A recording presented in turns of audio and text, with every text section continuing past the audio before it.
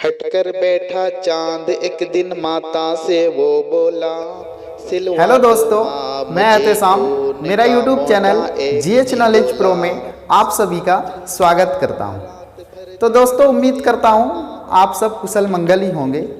आज हम चर्चा करने जा रहे हैं चांद का झिंगोला।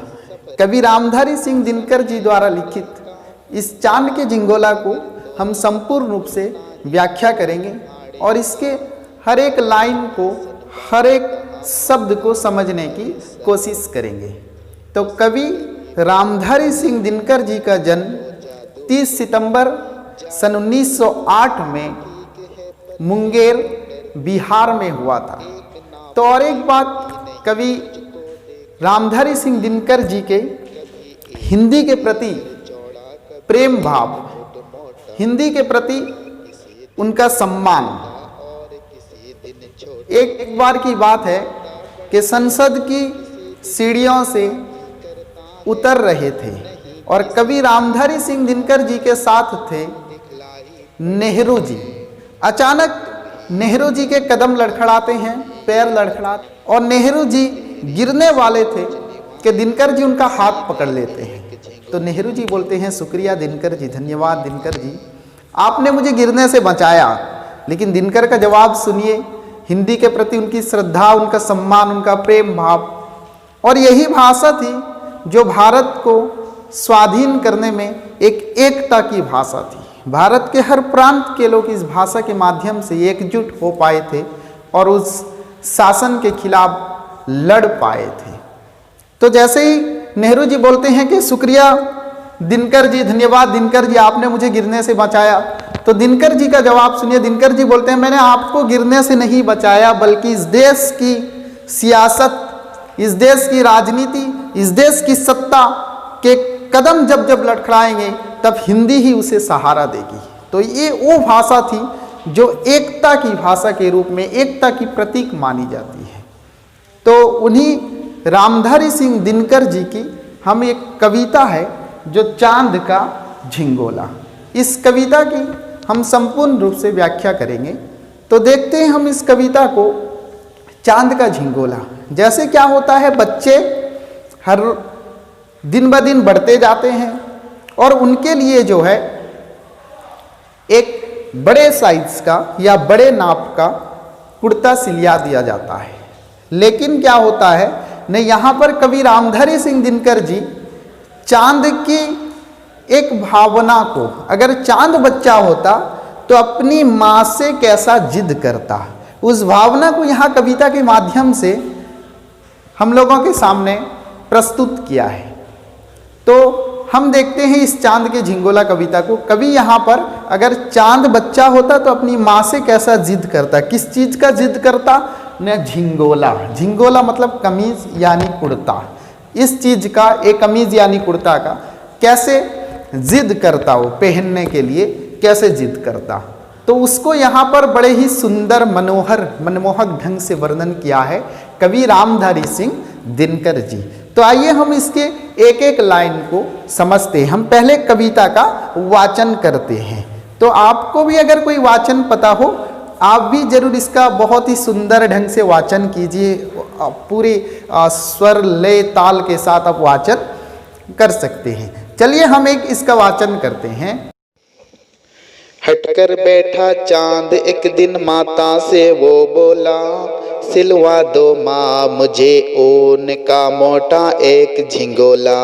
सन सन चलती हवा रात भर जाड़े से मरता हूँ, ठिठुर ठिठुर कर किसी तरह यात्रा पूरी करता हूँ। आसमां का है सफर और ये मौसम है जाड़े का, ना हो अगर तो ला दो कुर्ता ही कोई भाड़े का। बच्चे की सुन बात कहा माता ने, अरे सलोने, कुशल करे भगवान लगे मत तुझको जादू टोने। जाड़े की तो बात ठीक है पर मैं तो डरती हूँ, एक नाप में कभी नहीं तुझको देखा करती हूँ। कभी 1 उंगल भर चौड़ा, कभी 1 फुट मोटा। बड़ा किसी दिन हो जाता और किसी दिन छोटा। घटता बढ़ता रोज किसी दिन ऐसा भी करता है। नहीं किसी की आँखों का तो दिखलाई पड़ता है। अब तू ही बता, अब तू ही ये बता, नाप तेरी किस रोज लिवाएं। सीधे एक झिंगोला जो हर रोज बदन में आए। तो यहाँ पर कवि रामधारी सिंह दिनकर जी द्वारा रचित इस चांद के झिंगोला का हम एक एक लाइन को समझने की कोशिश करेंगे कि कैसे एक बच्चा अपनी माँ से जिद करता है। यहाँ पर चांद अपनी माँ से क्या जिद करता है उसको यहाँ पर कवि रामधारी सिंह दिनकर जी लिखे हैं। हटकर बैठा चांद एक दिन माता से वो बोला, सिलवा दो माँ मुझे ऊन का मोटा एक झिंगोला। तो यहाँ पर कवि कहते हैं हट कर बैठा, हट करना मतलब जिद करना। हट कर बैठा चांद एक दिन अपनी माँ, अपनी मैया, अपनी माता के पास जिद करता है। क्या जिद करता है? हटकर बैठा चांद एक दिन माता से वो बोला, माँ से बोलता है चांद कि सिलवा दो माँ मुझे ऊन का एक मोटा झिंगोला। ऊन मतलब भेड़ और बकरी के रोए से बना हुआ एक सामान, ऊन जानते होंगे आप। तो यहाँ पर बोलता है चांद क्या ने, हटकर बैठा चांद एक दिन माता से वो बोला, सिलवा दो माँ मुझे ऊन का मोटा एक झिंगोला। मेरे लिए क्या करना? माता से बोलता है कि ऊन का एक मोटा झिंगोला मुझे सिलवा कर दो। क्यों? सनसन चलती हवा रात भर जाड़े से मरता हूँ, ठिठुर ठिठुर कर किसी तरह यात्रा पूरी करता हूँ। तो चांद बोलता है सनसन चलती हवा, रात में क्या है ने हवा चलती है और उस हवा में क्या होता है? चांद बोलता है न सनसन चलती हवा रात भर जाड़े से मरता हूँ। चांद बोलता है कि मुझे जाड़ा लगता है। जाड़ा का मतलब है शीत लगना, सर्दी। तो चांद बोलता है कि सनसन चलती हवा रात भर जाड़े से मरता हूँ, मुझे जाड़ा लगता है, ठिठुर ठिठुर कर किसी तरह यात्रा पूरी करता हूँ। चांद क्या बोलता है? न ठिठुर ठिठुर कर, थरना, ठिठुरना मतलब थरना, जैसे तैसे थर थर कर मैं क्या करता हूँ न अपनी रात की यात्रा को पूरी करता हूँ। आसमान का सफर और मौसम है जाड़े का, ना हो अगर कुर्ता कोई तो लाही दो भाड़े का। तो चांद बोलता है अपनी माँ से कि आसमान का सफर, हम जानते हैं चांद का सफर यहाँ पूर्व दिशा से कहाँ तक न पश्चिम तक जब तक जाता है तो आसमान का सफर तय करता है वो। तो चांद बोलता है आसमान का सफर और मौसम है जाड़े का। मौसम मतलब ऋतु, मौसम है किस चीज का? न जाड़े का। आसमान का सफर और मौसम है जाड़े का, ना हो अगर कुर्ता कोई। अपनी माँ से बोलता है अगर तुम मेरे लिए कुर्ता नहीं ला सकती, अपनी माँ से बोलता है अगर तुम मेरे लिए कुर्ता नहीं ला सकती तो ला ही दो कुर्ता कोई भाड़े का। भाड़ा मतलब किराए का, किराए पे कुछ कुर्ता लाकर दे दो। बच्चे की सुन बात कहा माता ने अरे सलोने, कुशल करे भगवान तुझको लगे ना जादू टोने।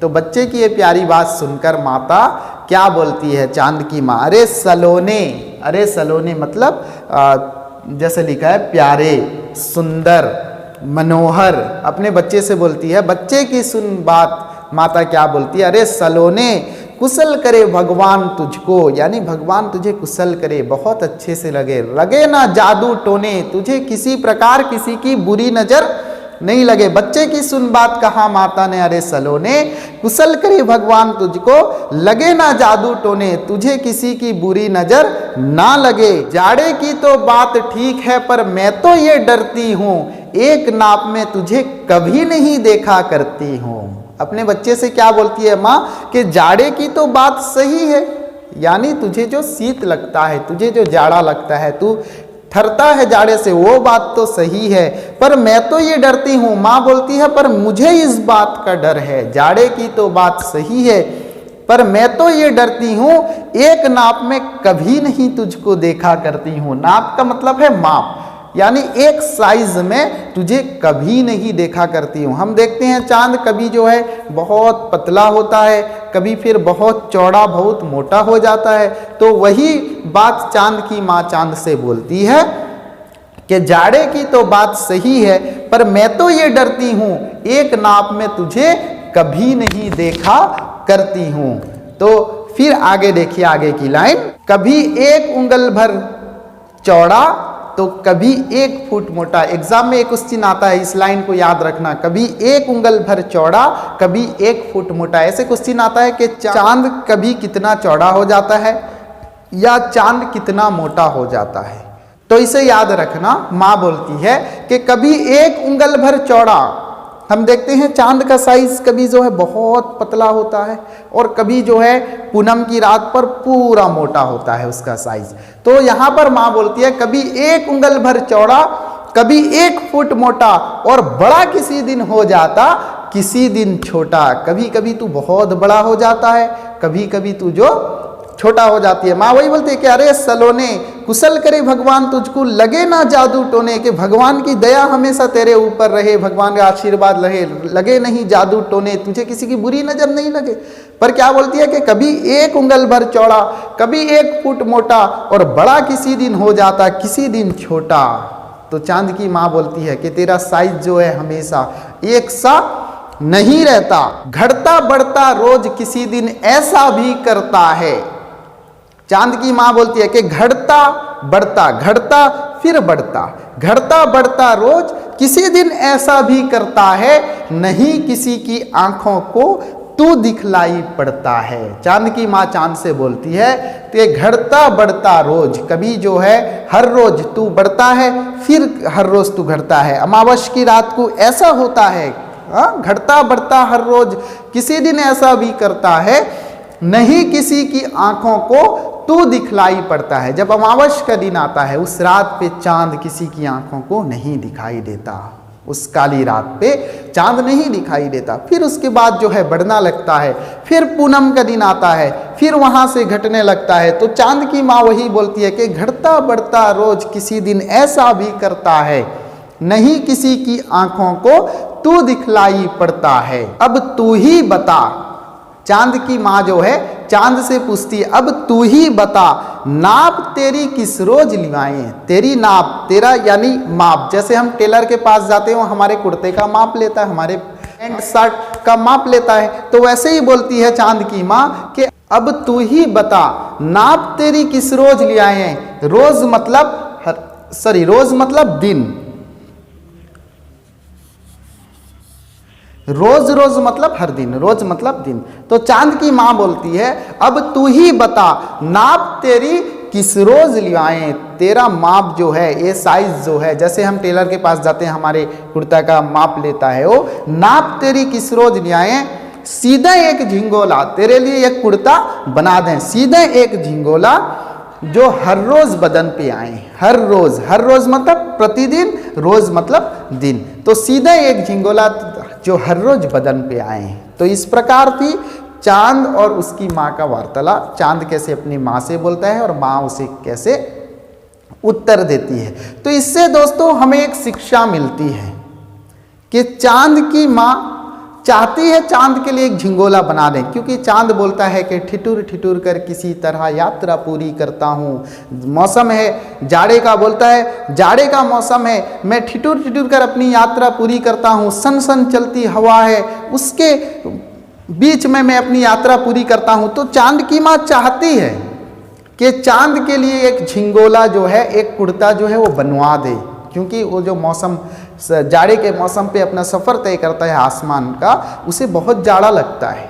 तो चांद की माँ यहाँ पर चाहती है कि चांद के लिए एक झिंगोला बना दे, एक कुर्ता बना दे, लेकिन वह क्यों नहीं बना सकती? क्योंकि चांद जो है कभी 1 उंगल भर चौड़ा रहता है, कभी 1 फुट मोटा हो जाता है, घटता है, बढ़ता है, और कभी ऐसा भी होता है कि किसी की आंखों को दिखलाई भी नहीं पड़ता है।